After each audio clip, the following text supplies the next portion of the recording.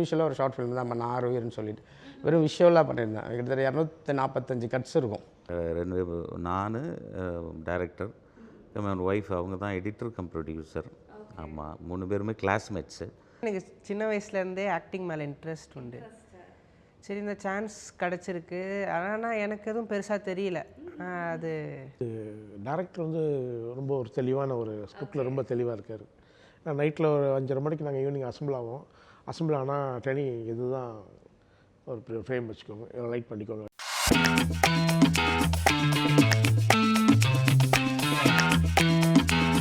Welcome to the show spotlight viewers with me VJ Sandhya. இன்னைக்கு நம்ம கூட யார் ஜாயின் பண்ணியிருக்காங்க அப்படின்னு பார்த்தீங்கன்னா கீனோ திரைப்படத்தோட டீம் தான் நம்ம கூட ஜாயின் பண்ணியிருக்காங்க. வாங்க ஷோக்குள்ள போகலாம். வணக்கம். வணக்கம். வணக்கம். 2 பேரும் எப்படி இருக்கீங்க? நல்லா. Okay. And first of all வந்து வாழ்த்துக்கள், கீனோ படம் ரிலீஸ் ஆயிடுச்சு. ஸோ எப்படி ஃபீல் பண்ணுறீங்க 2 பேரும்? ரொம்ப எக்ஸைட்மெண்ட்டாக இருக்குது. ஏன்னா அது ரொம்ப ஒரு புதிய முயற்சி. அது நமக்கு புரிஞ்சிடுச்சு. ஸோ ஆடியன்ஸ் எப்படி அக்செப்ட் பண்ணுவாங்கங்கிற ஒரு சின்ன ஒரு தயக்கம் இருந்தது. But all R enjoying that film. It's nice going. Okay, super. நீங்கள் சொல்லுங்கள், உங்கள் பேர் அண்ட் இந்த படத்தில் நடிச்சிருக்கீங்க. என் பேர் கந்தர்வா. ஓகே. இதான் என்னோடய ஃபஸ்ட் படம். ஆக்சுவலி எல்லா டேரக்டர்லேருந்து எல்லாருமே வந்து நிறைய சப்போர்ட் பண்ணாங்க. ஃபஸ்ட் மூவிங்கிற மாதிரியே தெரியல. ஓகே. எல்லாருமே நல்லா கம்ஃபர்டபுளாக தான் இருந்தது எல்லாம். சூப்பர். ஆனால் வந்து நீங்கள் 2 பேரும் வந்து ரீல் ஃபாதர் இல்லாமல் ரியலாகவே ஃபாதர் அண்ட் சன் அப்படின்ட்டு கேள்விப்பட்டேன். ஸோ அந்த கெமிஸ்ட்ரி எப்படி இருந்துச்சு படத்தில்? ஏன்னா வீட்லேயும் இருக்கும், வீட்டில் இருக்கிறது வேறு மாதிரி இருக்கும், செட்டில் அது எப்படி இருந்துச்சு? கண்டிப்பாக அது என்னவோ நாங்கள் அது கேரக்டராகவே தான் இருந்தோம். அவனுமே அப்படி தான் இருந்தான், நானும் தான் இருந்தோம். ரியலாக இருக்கிற மாதிரி இல்லை. ஓகே. ஆமாம். Okay, super. அது என்னவோ அந்த கதைக்கான என்ன தேவையோ அது கரெக்டாக அவனும் ரெப்ரொடியூஸ் பண்ணால், நானும் மேக்ஸிமம் முடிஞ்ச அளவுக்கு அதை. ஓகே. அண்ட் ஆல்மோஸ்ட் நீங்கள் ஆல்ரெடி நடிச்சிருக்கீங்க இல்லையா? ஸோ இவங்களுக்கு வந்து இது டெபியூ ஃபிலிம். ஸோ ஏதாவது அப்பா கரெக்ஷன்லாம் சொல்லியிருக்காரா நீ நடிக்கிறப்ப? கண்டிப்பாக சொல்லியிருக்காங்க. அது அப்பாங்கிறதுனால அது சீக்கிரம் புரிஞ்சுக்கிட்டு அந்த புரிதல் இருந்தது. ஓகே. அண்ட் வந்து இந்த படத்தில் வந்து கந்தர்வ தான் போடணும் அப்படின்ற தாட் வந்து எப்படி வந்துச்சு? இவங்க தான் அந்த கதாபாத்திரத்துக்கு கரெக்டாக இருப்பாங்க இல்லை, அது வந்து directors choice. Okay. My choice. Director ஸ்கிரிப்டை எழுதும்போது அவர் வந்து இது ஆக்சுவலாக வேற ஒரு 2 பேர் பண்ணுற மாதிரி இருந்தாங்க, ஃபாரினில் இருக்கிற 2 பேர். ஓகே. பட் அவங்க அந்த பேண்டமிக் டைம் ஏகதேசம் கொஞ்சம் முடிகிற டைம் தான் நாங்கள் இதை கொஞ்சம் பண்ணலாம் அப்படிங்கிற இதில் பிளான் பண்ணோம். பட் அந்த டைமில் சரி, அதுக்கப்புறம் நீங்கள் 2 பேருமே பண்ணிடுங்க அப்படின்னு சொல்லிட்டு தான் இந்த ப்ராஜெக்டுக்குள்ளே அப்படி வந்துட்டோம். Okay, super. சார் வந்து உங்களை எப்படி அப்ரோச் பண்ணார்? எப்படி? இல்லை, அது எனக்கு நாங்கள் 2 பேருமே 25 years of friends. Wow, super. ஆமாம், நாங்கள் 2 பேர், நான் டைரக்டர், என்னோட ஒய்ஃப் அவங்க தான் எடிட்டர் கம் ப்ரொடியூசர். ஓகே. ஆமாம், 3 பேருமே கிளாஸ்மேட்ஸு. ஓகே. டிஎஃப்டியில் இன்ஸ்டியூட், தமிழ்நாடு இன்ஸ்டியூட்டில். ஸோ அப்போ இருந்தே நாங்கள் 25 years of journey, friendship journey. Okay, super. And வந்து மக்கள் வந்து இந்த படத்தை பார்த்துட்டு ரொம்பவே ஒரு டிஃப்ரெண்ட்டான கதைக்களமாக இருக்குது இண்டஸ்ட்ரியில் அப்படின்னு சொல்கிறாங்க. அதை பற்றி நீங்கள் என்ன நினைக்கிறீங்க? இல்லை, கண்டிப்பாக இது ஒரு டிஃப்ரெண்ட்டான ஒரு கதைக்களம் தான். அது ஒரு மக்கள் மேலே நம்பிக்கை வச்சு தான் எடுத்தோம் அது. ஸோ இது ஒரு கண்டிப்பாக வேறு மாதிரி ஒரு படமாக இருக்கும் அப்படின்னு நினச்சிட்டு எடுத்தோம். கண்டிப்பாக அதை வந்து எது ஆதரிப்பாங்க அப்படிங்கிற ஒரு நம்பிக்கையோடையும் எடுத்தோம். It's going well. அவங்களும் அதை புரிஞ்சுக்கிறாங்க. ஏன்னா இப்போ நிறைய உங்களுக்கு எக்ஸ்போஷர் ஆஃப் ஃபிலிம்ஸ், நிறைய டைப்ஸ் ஆஃப் ஃபிலிம்ஸ் பார்க்குறாங்க, நிறைய லாங்குவேஜ் ஆஃப் ஃபிலிம்ஸ் பார்க்குறாங்க. ஸோ அதனால் அது ஒரு வித்தியாசமான நம்ம ட்ரை பண்ணும்போது. Okay, super. அண்ட் வந்து நீ சொல்லுங்க கந்தர்வ, நிறைய ஷார்ட் இருக்கும் இல்லையா? பட் ஆனால் வந்து ரொம்ப கஷ்டமாக இருந்துச்சு இந்த சீன் நடிக்காத மாதிரி எதாவது இருக்குது அந்த படத்தில்? அந்த மாதிரி எதுவும் இல்லை. ஓகே. நிறைய டேக் எடுத்திருந்தாலும் அது கஷ்டம்னு சொல்லுவேன். அது ஏதாவது சின்ன மிஸ்டேக் பண்ணியிருப்பேன் அந்த மாதிரி, தவிர மற்றபடி கஷ்டமாக எதுவும் இல்லை. ஃபஸ்ட் டைம் நீ வந்து கேமரா முன்னாடி நின்னப்போ என்ன ஃபீல் பண்ண? ஆக்சுவலி எனக்கு சின்ன வயசுலேருந்தே ஆக்டிங் மேலே இன்ட்ரெஸ்ட்டு. சரி, இந்த சான்ஸ் கிடச்சிருக்கு. ஆனால் எனக்கு எதுவும் பெருசாக தெரியல.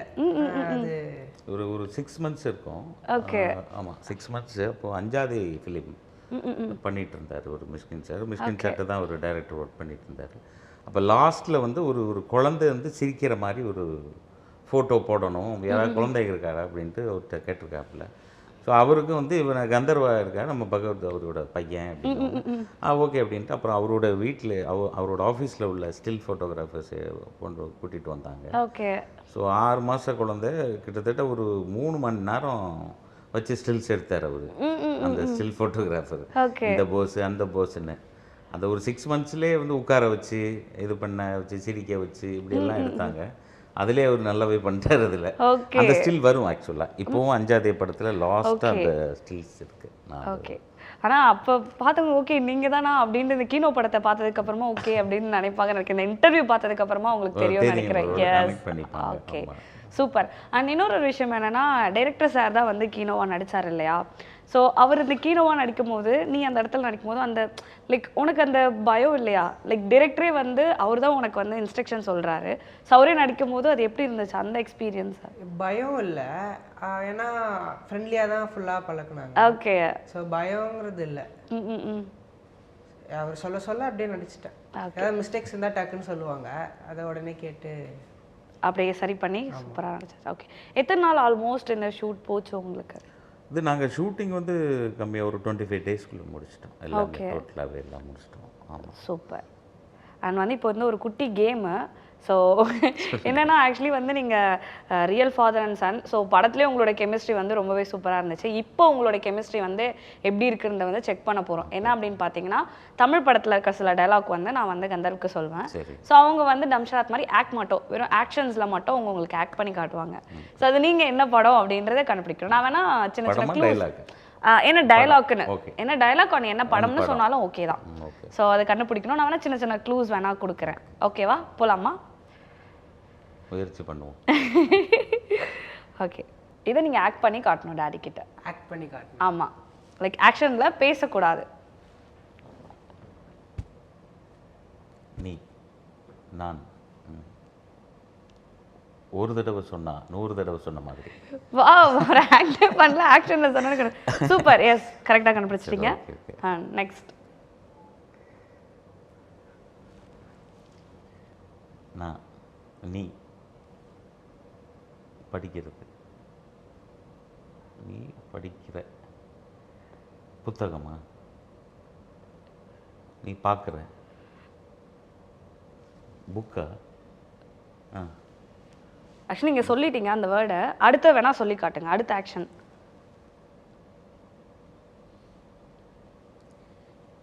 நீ படிக்கிற ஸ்கூலில் நான் வாத்தியாரா?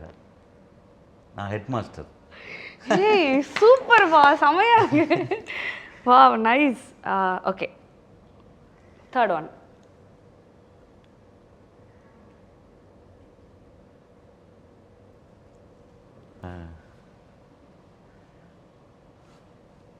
ஆமாம், okay okay okay okay okay okay. ஆமாம், அந்த டைலாக்கா? பன்னிங்க கூட்டம் தான் சொல்லுங்க. அது ஓகே ஓகே. பன்னிங்க தான் கூட்டமாக வரும், சிங்கம் சிங்கிள தான் வரும். கண்ணா, அதெல்லாம் ஒரு கண்ணு அதுதான் இப்படி இப்படின்னு பாதியா சொல்லி. Yes, okay. இப்போ ஃபோர்த். சிங்கம்னு சொல்லியிருக்கலாமே. என்ன என்னோடது? என் என் ஓ, என் வழி தனி வழி. Nice nice. ஆக்சுவலி வந்து உங்கள் கெமிஸ்ட்ரி ரொம்பவே சூப்பராக இருக்கு. ஓகே, லாஸ்ட் ஒன்று. இது வந்து கொஞ்சம் பெரிய டைலாக் தான். ஸோ இது 6th ஒன்.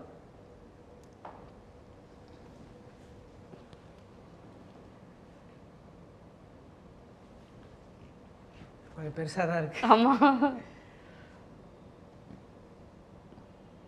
இது ஒரு ரஜினி படத்தோடது ஃபேமஸான டைலாக். இதுவே சொல்லிட்டேன் நான். அப்படியா? ஆமாம். பழைய படமா புது படம்? ஆமாம், பழைய படம். கடவுள் நல்லவங்களை சோதிப்பான், கெட்டவங்களுக்கு நிறைய கொடுப்பான், ஆனால் கை விட்டுருவான். நல்லவங்களை சோதிப்பான், ஆனால் கைவிட மாட்டான். Yes, exactly. எவ்வளோ க்ளூ, அவர் எவ்வளோ போராடிட்டாரு. பட் இருந்தாலும் வந்து நீங்கள் நிறையவே சூப்பராக கண்டுபிடிச்சிங்க. ஸோ ரொம்பவே சூப்பராக இருக்குது உங்களோட கெமிஸ்ட்ரி. ஸோ படத்துலையுமே நல்லா இருக்கு. ஸோ அண்ட் வந்து மக்களுக்காக சொல்லிடுங்க படத்தை பற்றி. படம் அதுதான் ஒரு இது ஒரு ஃபேண்டசி, மிஸ்ட்ரி, த்ரில்லர் அப்படின்னு பல ஜானரை ஒன்று சேர்த்த ஒரு ஃபிலிமு. ஆனால் பேசிக்காக வந்து டைரக்டர் வந்து ஃபைனலாக கிளைமேக்ஸ்லேயே சொல்லியிருப்பார். என்னென்னா நீங்கள் நிஜத்தில் வந்து கீனோ அப்படிங்கிற ஒரு உருவத்தை சந்திக்காமல் இருந்தால் கூட உங்கள் வாழ்க்கையில் என்னைக்காவது எப்போவாவது உங்கள் மனதளவில் ஏதாவது ஒரு இடத்துல வந்து கண்டிப்பாக ஒரு இந்த கீனோ மாதிரி இந்த விஷயத்தை இந்த படத்தில் நாங்கள் சொன்ன விஷயத்தை கண்டிப்பாக சந்திச்சிருப்பீங்க. அப்படி பார்த்தா வந்து எல்லாருமே இதுக்கு கீனோவால் பாதிக்கப்பட்டவங்க தான் ஒரு வேர்டு வரும் கிளைமேக்ஸில் அவரோட வாய்ஸ் ஓவரில்.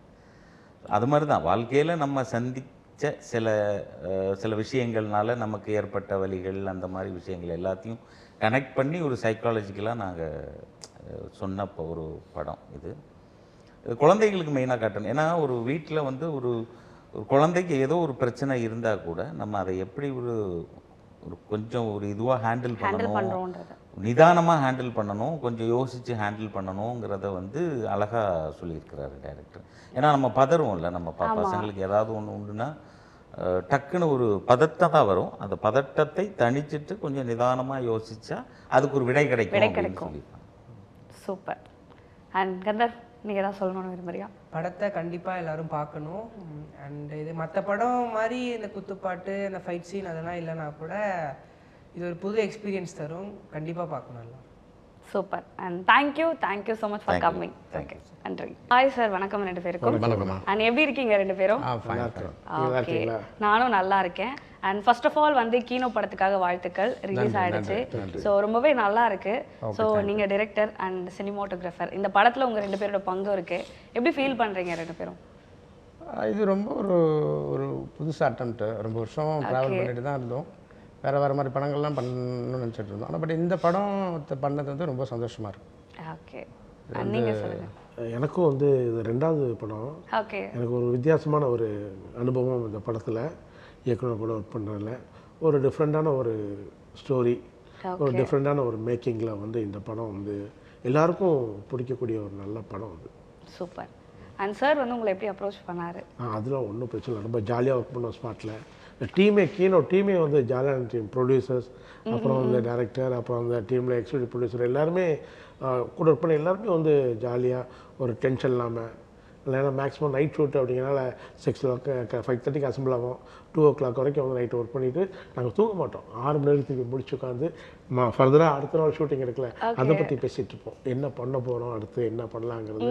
அப்படி கிடச்சதான் நிறையா அந்த க்ளவுட் ஷாட்டில் நிறையா பண்ணியிருப்போம். அந்த டைமில் திடீர் நைட்டில் போயிட்டு கேமரா எடுத்துகிட்டு சொல்லி கேமரா வர வச்சு அப்புறம் நைட்டில் வந்து க்ளவுடு ஸ்பீடாக போய்கிட்டு இருக்கோம். நல்லா இருக்குது ஷார்ட் நமக்கு தேவை அப்படின்னு டேரக்டர் டக்குனு உடனே நைட்டில் அவங்க டயரில் தூங்கிட்டு இருப்பாங்க. நாங்கள் முடிச்சு உட்காந்து பேசிட்டு நாளைக்கு என்ன பண்ண போகிறது நைட்டு விடிய காலம் 6 மணிக்கு பேசிகிட்டு இருப்போம். 2 மணிக்கு நாங்கள் தூங்க மாட்டோம். நாங்கள் தூங்க போகிறதே 6 மணிக்கு மேலே தான். ஸோ அந்த டைமில் எடுத்த ஷார்ட்ஸ்லாம் நிறையா வந்து அந்த டெக்ஸ்ட்ல ஸ்கிரிப்ட்ல இருந்த ஷாட் தான்.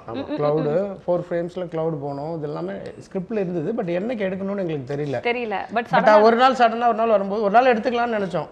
இதுக்குன்னு ஒரு இது போட்டு. ஆனால் பட் அன்றைக்கி சடனாக வரும்போது டக்குன்னு வந்தோன்னா அந்த க்ரூ உடனே வந்தாங்க. லைட்மேன் கேமரா எல்லாமே உடனே டக்குன்னு வந்தாங்க. எல்லாருமே எனக்கு பயங்கர சப்போர்ட்டாக இருந்தாங்க. எல்லா லைட் ஆஃபீஸர்ஸ், அப்புறம் வந்து கேமராஸ் எல்லாருமே கூப்பிட்டோட என்ன டயர்னு பார்க்கல.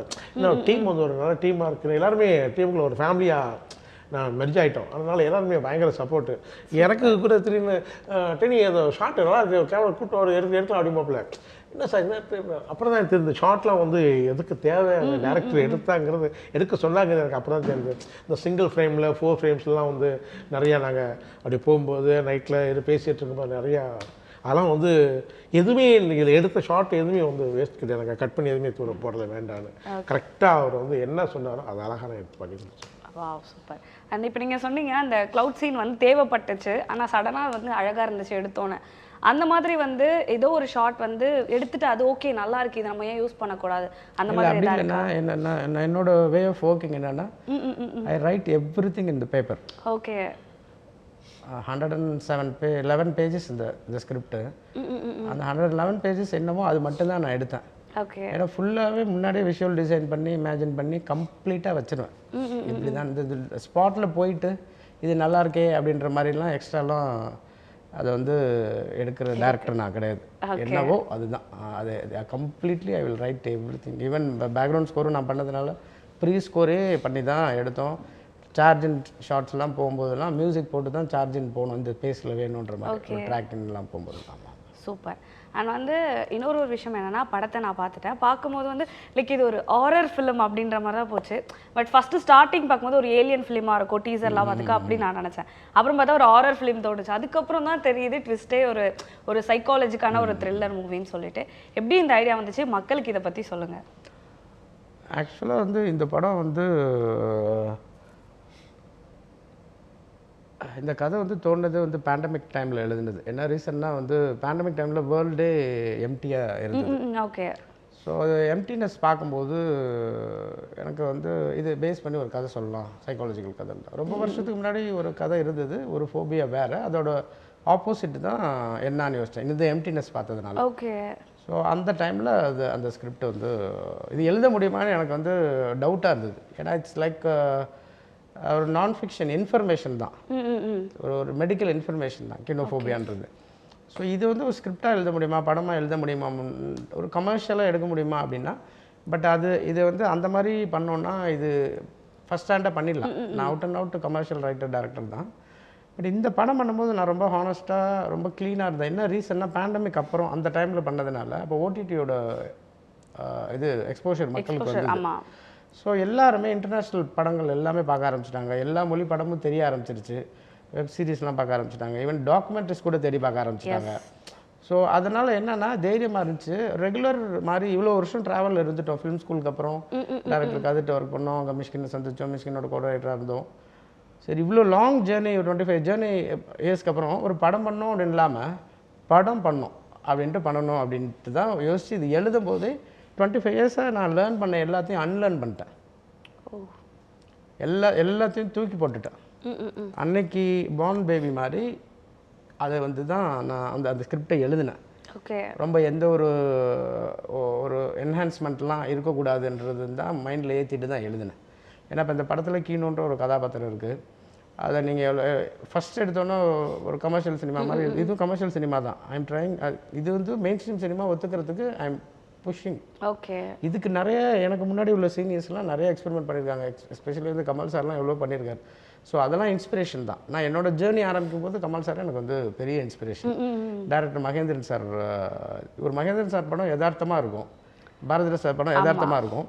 அந்த யதார்த்தத்தை இந்த மாதிரி ஒரு ஃபிக்ஷனாக பயங்கரமாக என்ஹான்ஸ்மெண்ட்டாக சொல்ல கதையில் இதில் ரியாலிட்டியை நான் புகுத்தினேன். இது ரொம்ப பியூர் ஃபிக்ஷனல் ஸ்டோரி, பட் இதில் வந்து ஒரு ரியாலிட்டியை வந்து மிக்ஸ் பண்ண அந்த அந்த அந்த அந்த வே ஆஃப் ப்ரெசன்டேஷன் புதுசாக இருக்கும்னு நான் நம்பினேன். ஸோ இந்த படம் வந்து உங்களுக்கு வந்து அதான் அந்த பேண்டமிக் டைமில் எம்டினஸ்லேருந்து இன்ஸ்பயர் ஆனது. இது மெயினாக எஸ்பெஷலி வந்து எல்லோரும் பார்க்குற படம். எஸ்பெஷலி கிட்ஸுக்கு வந்து பேரண்ட்ஸ் வந்து கம்பல்சரியாக காட்டணும். லைஃப்பில் மென்டல் ஸ்ட்ரென்த் எலிவேட் பண்ணும், லைஃப்பில் பயப்படாமல் இருக்கணும் அப்படின்றதுக்கு. பயப்படாமனா மற்ற ஃபிசிக்கலாக இல்லை, மென்டலாகவும் சைக்காலஜிக்கலாகவும் ஃபிலாசபிக்கலாகவும் கனெக்ட் பண்ணியிருக்கேன் அந்த கீனோஃபோபியான்றது. Okay, super. அண்ட் வந்து இப்போ நீங்கள் சொன்ன மாதிரி கிட்ஸ் எல்லாரும் பார்க்கணும்னு சொன்னீங்க இல்லையா? ஸோ கிட்ஸ்க்குமே பேரண்ட்ஸ்க்குமே வந்து எந்த அளவுக்கு இம்பார்ட்டன்ட் இந்த படம், எந்த அளவுக்கு முக்கியம்? இல்லை, இது வந்து பேரண்ட்ஸ் வந்து கண்டிப்பாக இந்த படத்தை வந்து கிட்ஸுக்கு வந்து ஒரு மோட்டிவேஷன் ஃபிலிம் மாதிரி காமிக்கணும். ஓகே.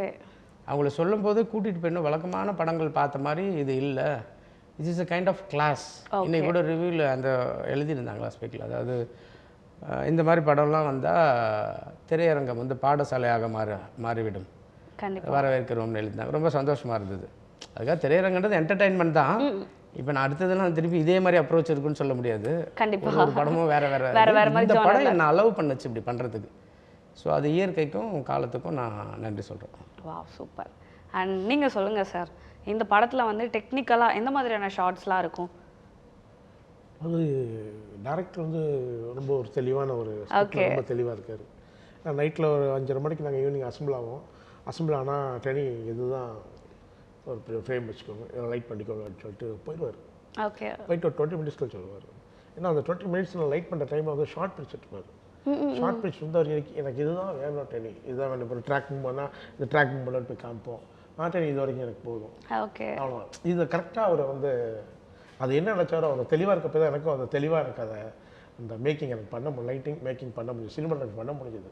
ஓகே. ஓகே.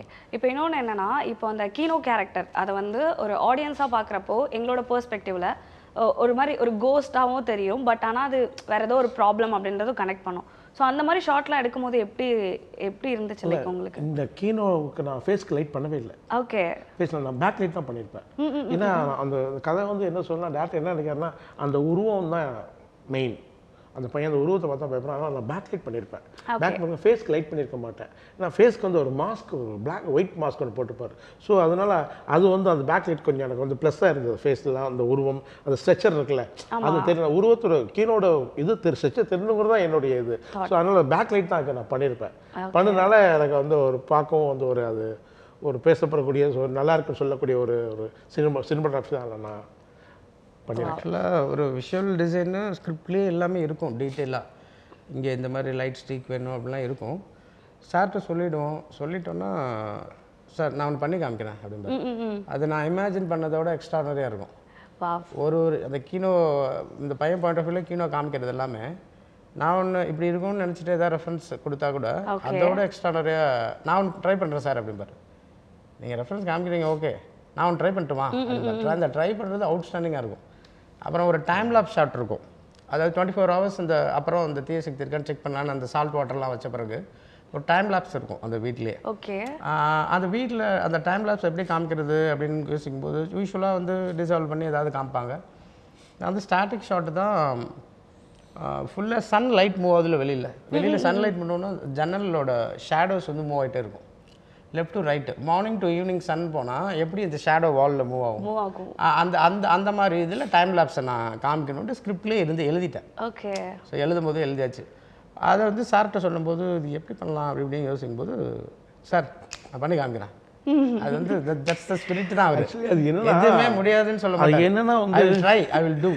அது என்னன்னா டைம் பிளாஸ்க்கு நான் முதல்ல ஐடியா பண்ணது என்னன்னா ஒரு பேட்டர்ன் வந்து இப்போ வந்து சன் வந்து மேலே இருக்கு, மேலே அப்படி கீழே வரும்போது என்ன ஆகும்னா மேலே இருக்கும்போது பேட்டர்ன் கீழே இருக்கும், அப்படி கீழே வந்து பேட்டர்ன் மேலே போகும் சன் கீழே வரும்போது. ஸோ இதை வந்து நான் வந்து ஒரு ஸ்டாப் பிளாக்காக வந்து பண்ணலாம் அப்படின்னு சொல்லி பார்த்துட்டு இருக்கும்போது என்ன பண்ணேன், டக்குன்னு நான் என்ன பண்ணேன்னா நான் கொண்டு போன கிரைனில் கேமரா வச்சிட்டேன்.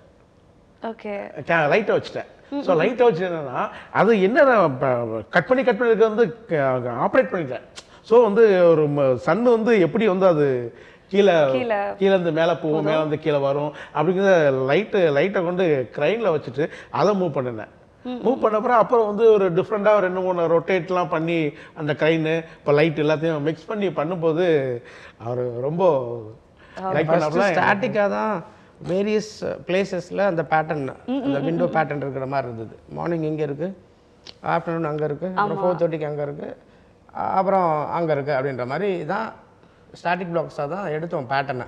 ஓகே. எனக்கு அது டெனி வேறு ஏதாவது பண்ண முடியுமான்னொன்னே சார் நான் ட்ரை பண்ணுறேன் சார் அப்படின்னாரு. அந்த மூவ்லாம் பண்ணால் நல்லா இருக்குமே என்னொன்னே I will try and he did it. அதுதான் எனக்கு என்னன்னா வந்து அவர் சொல்கிற விஷயங்கள் எனக்கு ஏதாவது எனக்கு நீ ஏதாவது பண்ணுறா லைட்டில் கேமரா ஏதாவது பண்ணுறா இந்த சப்ஜெக்ட் அப்படி சப்ஜெக்டாக எனக்கு தோணுது.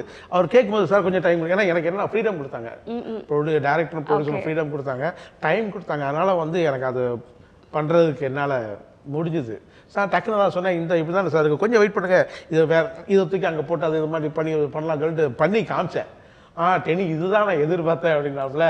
அது வந்து ஒர்க் அவுட் ஆகிட்டு எனக்கு படம் பார்த்துட்டு எனக்கு 2-3 பேர்களை ஃபோன் பண்ணி டைம் பிளாஸ்க்கு வந்து ரொம்ப அழகாக அது பண்ணியிருக்க, ஒரு லைட் மூவ்மெண்ட் எல்லாம் வச்சு ரொம்ப அழகாக பண்ணுங்க. சைடில் ஃப்ரெண்ட்ஸ் எல்லாருமே படம் பார்த்து எல்லாருமே எனக்கு வந்து ஃபோன் பண்ணி கேட்டாங்க. சூப்பர். அண்ட் வந்து ஒரு மேஜிக்கான ஒரு ஷாட் வந்திருக்கு இல்லையா? சூப்பர். அண்ட் நீங்கள் சொல்லுங்கள் சார், உங்களோட ஜேர்னி வந்து எங்கேருந்து ஸ்டார்ட் ஆச்சுன்னு சினிமா? நான் பேசிக்கலாக என்னோடய நேட்டிவ் வந்து தஞ்சாவூர்.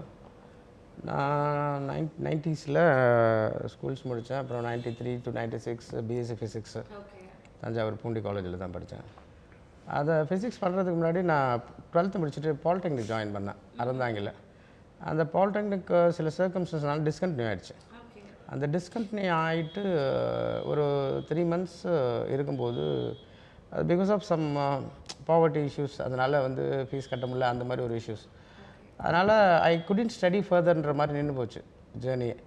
ஸோ திடீர்னு காலம் படிப்பு பிடுங்கணுன்னு எனக்கு ரொம்ப கோவம் வந்துருச்சு. என்னடா படிக்க முடியாமல் போச்சு, ஒரு பாலிடெக்னிக் போனோம், ஒரு இன்ஜினியர் ஆகணுன்ட்டு போனோம், திடீர்னு ஒரு ஃபீஸ் சரியாக கட்ட முடியாமல் நமக்கு இப்படி ஆகிடுச்சு, என்ன பண்ணுறதுன்னு சொல்லிட்டு டிசிலாம் வாங்கிட்டு வந்துட்டேன் அந்த காலேஜில். வந்துட்டு ரொம்ப மென்டலி ஒரு மாதிரி டிஸ்டர்ப்டாக இருக்கும்போது ஃபுல்லாக அந்த புக் ஃபேர்லாம் நடக்கும், புக் ஷாப்லாம், அங்கெல்லாம் போய் சும்மா அந்த பசிச்சாதான் சாப்பிடுவாங்களே அது மாதிரி கண்டதே எடுத்து படிக்கிறது. சும்மா அங்கே நின்று வாங்க காசு இருக்காது, அங்கே நின்று எல்லாத்தையும் சும்மா மெடிக்கல் புக் படிக்கிறது அது படிக்கிறது நின்றுட்டே இருக்கும். அங்கே என் ஃப்ரெண்டு ஒருத்தர் ஜவஹர்னு ஃப்ரெண்டு, அவர் அங்கே ஸ்கூல்ஸில் அவர் டிஸ்டண்ட்டாக பார்த்துருக்கோம் வேறு கிளாஸு, அங்கே அவர் பார்ட் டைமில் ஒர்க் பண்ணிட்டு இருந்தார். ஸோ அவரால் he will allow me to read books அங்கே இருந்துட்டு வாங்கலைன்னா கூட. ஸோ அது ஒரு 1 month அப்படியே போயிட்டு இருந்துச்சு. அப்படியே போயிட்டே இருக்கும்போது ஒரு நாள் திடீர்னு உடம்பு சரியாமல் எனக்கு அம்மை போட்டது. அது ஒரு 10 days வீட்டில் இருக்கும்போது டிசைட் பண்ணது தான் எதாவது அச்சீவ் பண்ணணும் லைஃப்பில். மூஞ்செல்லாம் ஒரு மாதிரி இதாக இருந்தது, குப்பலெல்லாம் வந்து ஒரு மாதிரி ஆயிடுச்சுன்னா அந்த 10 days தனியாக வேறு வீட்டில் அவங்க தாத்தா வேறு அப்போ இறந்துருந்தார். ஸோ நான் தனியாக இருந்தேன் வீட்டில். அந்த தனிமையாக இருக்கும்போது தான் டிசைட் பண்ணது. மெயின் ரீசன் என்னென்னா படிப்பு காலம் பிடுங்கினோன்னு எங்கே போனால் நிறையா காசு கிடைக்கும், எவ்வளோ நமக்கு ஒரு வழி இருந்துச்சுல படிப்பு இல்லைன்னு, எவ்வளோ பேர் படிக்க வைக்கலாம், எங்கே போனால் காசு கிடைக்கும்னு நான் 93 யோசிக்கிறேன். சினிமாவுக்கு போனால் நிறையா காசு சம்பாதிக்கலாம், அங்கே போனால் எவ்வளோ பேரை படிக்க வைக்கலாம் அந்த காசில் அப்படின்ட்டு டிசைட் பண்ணி ஆர்ட்டை சூஸ் பண்ணேன். ஆனால் சினிமாவுக்கு போகிறோம் படிக்காமல் போகக்கூடாது, 12th முடிஞ்சிடுச்சு, அதான் டிஸ்கண்டினியூ ஆகிடுச்சு. சரி படிக்கணும், என்ன படிச்சுட்டு போனோன்னா வீட்டிலலாம் சொன்னால் ரிலேட்டிவ்லாம் எல்லாமே வந்து ஆல்ரெடி ஒரு படிப்பு நின்று போச்சு, பணம் இல்லாமல் திருப்பி எப்படி படிப்பேன், யார் படிக்க வைப்பா, இல்லை நான் படிப்பேன்னு சொல்லிவிட்டு பார்ட் டைமில் ஒர்க் பண்ணிவிட்டு பூண்டி காலேஜ் டே காலேஜ் ஈவினிங்கில் வந்து 4:30 நைட் 10:30 வரைக்கும் சில ஷாப்ஸ்லாம் ஒர்க் பண்ணேன். அப்புறம் அந்த ஒர்க்கு சரியில்லை அப்படின்னு சொன்னோன்னே எனக்கு பிடிச்ச மாதிரி ஏதாவது ஜாப் பண்ணலான்னு சொல்லிட்டு டியூஷன் எடுக்க ஆரம்பித்தேன் சின்ன குழந்தைங்களுக்குலாம். ஸோ ஒரு 5-6 பசங்களுக்கு டியூஷன் ரெகுலராக, அதில் என்ன இன்கம் இருந்துச்சோ அதை வச்சுட்டு அப்புறம் வீட்லேயும் கொஞ்சம் சப்போர்ட் பண்ணாங்க, ஃப்ரெண்ட்ஸ்லாம் சப்போர்ட் பண்ணாங்க, அதை வச்சு தான் பிஎஸ்சி ஃபிசிக்ஸ் டிகிரி முடித்தேன். I came out with distinction. அங்கே அதுக்கப்புறம் தான் வெறித்தனமாக படிக்க ஆரம்பித்தேன். சினிமான்னு செலக்ட் பண்ண பிறகு தான் ஒழுங்காக படிச்சுட்டு போகணும் சினிமாவுக்கு, ரொம்ப பெரிய விஷயம், பெரிய ஒரு இண்டஸ்ட்ரி அது. அது இல்லாமல் நம்ம பேசிக்கலாக சின்ன வயசுலேருந்து இங்கிலீஷ் மீடியம் தான். ஸோ அதனால் எனக்கு லாங்குவேஜ் இங்கிலீஷ் பற்றி பிரச்சனை இல்லை, ஸோ தமிழ் லாங்குவேஜ் நல்லா தெரியும். ஸோ அதனால் ஆர்ட்டுக்கு கற்பனை தேவை, அந்த கற்பனைக்கு லைஃப் எக்ஸ்பீரியன்ஸஸ் இந்த ரீடிங் நாலேஜ் போதும். ஆனால் சயின்ஸ் வந்து நாளைக்கு அங்கே போய் ஒரு இவ்வளோ பெரிய இண்டஸ்ட்ரியில் உட்காந்துன்னா இன்டர்நேஷ்னல் ரீச்சில் போகணுன்னா சயின்ஸ் வேணும்ன்ட்டு ஆர்ட்டுக்காக தான் பிஎஸ்சி ஃபிசிக்ஸ் எடுத்தேன். ஸோ அதில் ரொம்ப இதாக படித்தேன். அது முடித்த பிறகு அது 3 years அந்த டிகிரி படிச்சுட்டு இருக்கும்போது I use to visit Chennai just to know how the இண்டஸ்ட்ரின்னு. சும்மா நிறையா பேர்கிட்ட போயிட்டு அசிஸ்டண்ட்டாக சேரணும் அப்படின்னு போது எல்லாம் ஒழுங்காக படிச்சுட்டு வா அப்படிப்பாங்க. ஆக்டர் அர்ஜுன் சார்லாம் அப்பயே நான் வந்து பார்த்துருவேன், படிச்சுட்டு வரணும் அப்படிமா. அப்போல்லாம் வந்து ஜென்டில்மேன்லாம் முடிஞ்ச டைம். ஸோ அந்த அந்த அது அதை முடித்த பிறகு தான் அப்புறம் சரி இதுக்கு மேலே என்ன பண்ணலாங்கும் போது ஃபில்ம் இன்ஸ்டியூட் ஜாயின் பண்ணலான்னு சொல்லிட்டு ஃப்ரெண்டு சொன்னோன்னே அப்புறம் அப்ளை பண்ணோம். வந்து டேரக்டர் பாலச்சந்தர் சார் தான் இன்டர்வியூ பண்ணார். இன்டர்வியூவில் எனக்கு வந்து ஒரு கொஸ்டின் கேட்டார். அப்போ மகாநதி படம் வந்து பற்றி என்ன நினைக்கிறேன்னாரு. அது சூப்பர் படம், எனக்கு ரொம்ப பிடிச்சோம். இல்லை நீ கமல் ரசிகர்னு தெரியுது அப்படின்னாரு. நான் அப்படி இல்லை சார், அது எனக்கு ரொம்ப பிடிச்ச படம் அப்படின்னா. அது படம் இப்போ சுமாராக தானே போச்சுனாரு. இல்லை எங்கள் ஊரில் நல்லா ஓடிச்சு அப்படின்னா. இல்லைப்பா உங்கள் ஊரில் நல்லா ஓடிச்சு ஓகே, மற்ற படங்களோட வியாபாரமாக அது இல்லையே அப்படின்னாரு. ஏன் அப்படின்னு கேள்வி கேட்டார். இந்த கேள்விக்கு மட்டும் நீ பதில் சொல்லு, இந்த பையனுக்கு ரெக்கமெண்டேஷன் இருக்கா அப்படின்னு சுற்றி பார்த்தாரு. இல்லை அப்படின்னாங்க. இந்த கேள்விக்கு பதில் சொல்லிட்டேன்னா நானே ரெக்கமெண்ட் பண்ணுறேன் சீட்டுக்கு அப்படின்னாரு கே பாலச்சந்தர் சார். அப்போ அவர் தான் அங்கே இன்டர்வியூ மெயின் இதாக இருந்தார் இன்டர்வியூ பண்ண. நான் வந்து என்னென்னமோ சொன்னேன். இல்லை அந்த மகாநதி படத்தில் வந்து அந்த அவளோட அந்த அந்த கமல்ஹாசனோட கதாபாத்திரத்தோட பெண்ணே வந்து அந்த ஒரு ப்ராஸ்டியூஷன் இதெல்லாம் போயிட்டதுனால அதெல்லாம் ஏலினா தோணிடுச்சா மக்களுக்கு, அந்நியமாக இருந்ததுனால, ஒரு வேளை அது சோகமாக இருந்ததுனால ஒரு பெரிய ஒரு star kind of actor Kamal Haasan sir, அவரோட பொண்ணு இந்த மாதிரி அப்படின்னா அது ஏற்றுக்க முடியாமல் ரசிகர்களோ அதனால் படம் நிறைய பேருக்கு இதை மற்ற படங்கள் மாதிரி பிடிக்கலையோ அப்படின்ற மாதிரிலாம் சொல்லிட்டு இருந்தேன். இல்லை நீ கிட்டத்தட்ட சுற்றி வந்துட்ட, ஆனால் கரெக்டாக ஒரு வார்த்தையில் சொல்லு அப்படின்னாரு. ஒரு வார்த்தையில் அதான் சிக்காக இருந்தது, சேடாக இருந்தது அப்படின்னா. இன்னும் அழகாக சொல்லு அப்படின்னாரு. தெரிலண்ணா, இந்த வார்த்தையை பிடிச்சிக்கோ கதை எழுதும் போதுன்னாரு. ப்ளசன்ட்னஸ், எந்த கதை எழுதினாலும் ப்ளசண்ட்டாக இருக்கணும். சோகத்தை கூட சொல்லலாம், ஆனால் நீ ப்ளசண்ட்டாக இருக்கணும் அந்த கதை. சோகமே ப்ளசண்ட்டாக சொல்லணும் அப்படின்னு. அது வந்து எனக்கு அவ்வளோ டீப்பாக உள்ளே போயிடுச்சு. அப்புறம் 10 நாள் எனக்கு சீட்டு வந்துடுச்சு. யார் பண்ணாங்க என்ன மேட்சிங்னு தெரில. அப்புறம் ஆட்டோமேட்டிக்காக அங்கே ஃபில்ம் இன்ஸ்டியூட்டில் வந்து அங்கே came out with gold medal. படிக்கும்போது நான் வந்து ஒரு டாக்குமெண்ட்ரி பண்ணேன், 3rd World Warன்னு. அது ஒரு யூஎஸ்லேருந்து ஒரு இன்டர்நேஷ்னல் இது கிடச்சிது, அவார்டு கிடச்சிது. அன்றைக்கி மேகசின்லாம் வந்து அதெல்லாம் என்கரேஜ் பண்ணிச்சு. இந்த ப்ரொஃபைலாம் அங்கே படிக்கும்போது ஒரு ஷார்ட் ஃபிலிம் பண்ணேன், அன்யூஷுவலாக ஒரு ஷார்ட் ஃபிலிம் தான் பண்ணேன், 6 உயிர்னு சொல்லிட்டு. வெறும் விஷுவலாக பண்ணியிருந்தேன். கிட்டத்தட்ட 245 கட்ஸ் இருக்கும். கடன்னு போயிட்டுருக்கும். அந்த ஷார்ட் ஃபிலிம் கூட யூடியூப்பில் இருக்குது, ஆறுயிர் போட்டால் short film, Tamil short film ஆறுயிர்னு போட்டால் வரும். அது முடிச்சிட்ட பிறகு டேரக்டர் கதிர் சார்கிட்ட ஜாயின் பண்ணிவிட்டு அங்கே அந்த காதல் வைரஸ் படத்தில் நான் மிஷ்கின் எல்லாம் ஸ்கிரிப்ட் ஸ்டேஜ் வரைக்கும் நானும் மிஷ்கின் சாரும் இருந்தோம். மிஷ்கின் ரொம்ப க்ளோஸ் ஃப்ரெண்டு, எல்லாம் ஃபேமிலி ஃப்ரெண்டு. நாங்கள் அதுக்கப்புறம் நான் படம் பண்ணுன்ற இதில் இருந்தேன். அவர் சார் கொஞ்சம் படம் டிலே ஆகும் ஓன் ப்ரொடக்ஷன் சொன்னதுனால நான் படம் பண்ணலான்னு சொல்லிட்டு வெளில போயிட்டேன். ஷார்ட் ஃபிலிம் கையில் இருந்தது, ஃபிலிம் இன்ஸ்டியூட் கூடம்ல இருந்து படம் பண்ணி நமக்கு படம் கிடச்சிரும் அப்படின்ற மாதிரி போனோம். அந்த நான் ட்ரை பண்ண பீரியடில் இப்போ இந்த short film makers 10-12 years back வந்துச்சு பார்த்தீங்களா, 4 இயக்குனரில் இருந்து அந்த மாதிரி காலகட்டம் கிடையாது. என்ன தான் ஷார்ட் ஃபிலிம் இருந்தாலும், என்ன தான் ஃபிலிம் ஸ்கூல் படித்தானோ ஒரு படமாவது ஒர்க் பண்ணிட்டு வா அப்படின்ற மாதிரி தான் ரூல் இருந்தது அப்போல்லாம். இல்லைங்க, ஒரு படமாவது ஒர்க் பண்ணுங்கள், ஷார்ட் ஃபிலிம் நல்லா இருக்குது, டைரக்ஷன் நல்லா இருக்குது, ஆனால் ஒரு படமாவது ஒர்க் பண்ணணுன்னு இருந்தது. ஸோ நானும் எவ்வளோ ட்ரை பண்ணி பார்த்தேன், பண்ணலாம், படம் பண்ண முடியல. அப்படி அந்த மாதிரி டைமில் இருக்கும்போது தான் நாங்கள் வெளியில், நான் வந்து ஒரு மாதத்தில் மிஷ்கின் வெளியில் வந்துட்டார் கதிர் சார்ட்டு. அவரும் வேறு எதாவது பண்ணலாம்னு சொல்லிட்டு அப்புறம் 2 பேரும் உட்காந்து பேசிகிட்டு இருப்போம், என்ன பண்ணுறது அடுத்ததுங்கும்போது அவர் நான் திருப்பி வேலைக்கு போகிறேன் அப்படின்னு இருந்தார். என்ன இவ்வளோ தூரம் ட்ராவல் பண்ணி வந்து திருப்பி வேலைக்கு போகிறேன் அப்படின்ட்டு வேலைக்காக ஒரு நாள் நடந்து போயிட்டு இருக்கும்போது இன்னொரு ஃப்ரெண்டை பார்த்து அவர் கொண்டு போய் வின்சென்ட் செல்வா சார்கிட்ட ஜாயின் பண்ணி விட்டார். சுந்தர் டிஎஃப்டின்னு எங்களோட சீனியர். அதுக்கப்புறம் அவர் அப்படியே அங்கே யூத்தெல்லாம் ஒர்க் பண்ணார், அசோசியேட்டாக ஒர்க் பண்ணார், விஜய் சார் படம்லாம் யூத்தில் ஒர்க் பண்ணிட்டு இருந்தார்.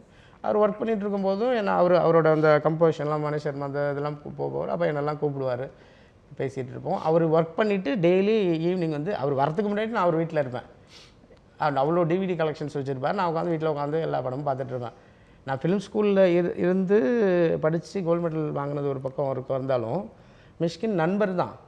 அந்த நண்பரும் எனக்கு ஒரு குரு தான். ஏன்னா அங்கேருந்து நிறையா லேர்ன் பண்ணேன். எனக்கு வேறு ஒரு அடிஷ்னல், இப்போ டிஎஃப்டிக்கு அப்புறம் ஒரு பிஜி படித்தா அப்படி இருக்கும். அந்த பிஜி படிக்கிற மாதிரி எனக்கு காலம் வந்து கொடுத்த கிஃப்ட் தான் மிஷ்கின்ன்ற ஃப்ரெண்டு டைரக்டர்.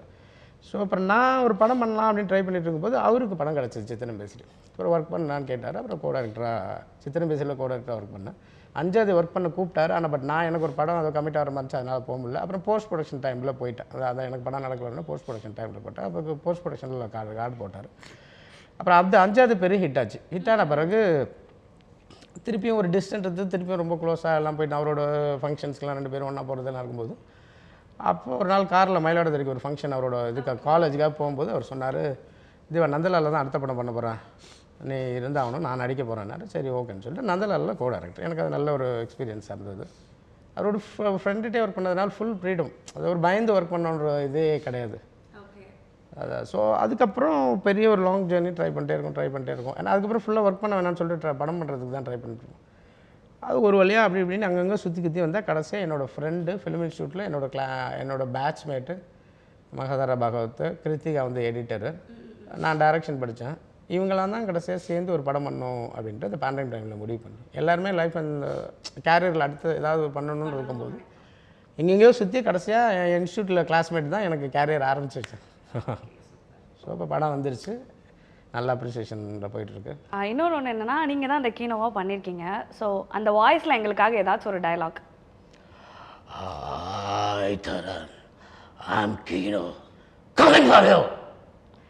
Okay, super. ரொம்பவே அழகாக உங்கள் ஜேர்னியை பற்றியும் சொன்னீங்க. அண்ட் வந்து படமே ரொம்ப சூப்பராக இருக்குது. அண்ட் வந்து மக்கள் கண்டிப்பாக போய் பார்க்க வேண்டிய படம். நீங்கள் மக்களுக்கு ஏதாவது சொல்ல இருந்தால் சொல்கிறேன். இந்த படம் வந்து ஒரு வித்தியாசமான ஒரு அனுபவமாக நிச்சயமாக இருக்கும். அப்படி தான் நான் ஒரு கேப்ஷனே போட்டிருக்கேன், யூனிக் எக்ஸ்பீரியன்ஸ்னு சொல்லிட்டு.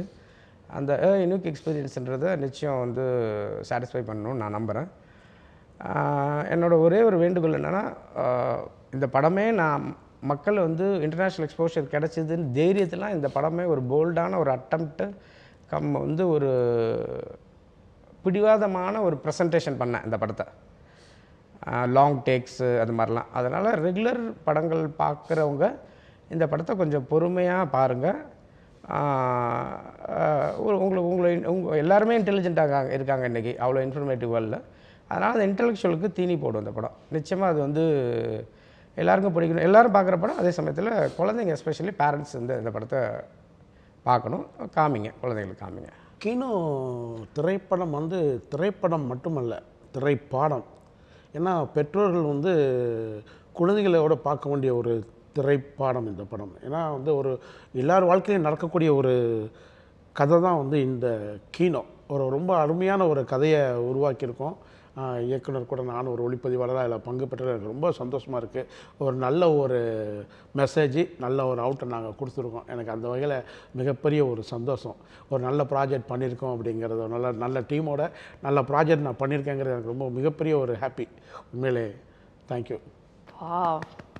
சூப்பர், ரொம்பவே சூப்பராக பண்ணீங்க. And thank you so much for coming. Thank you.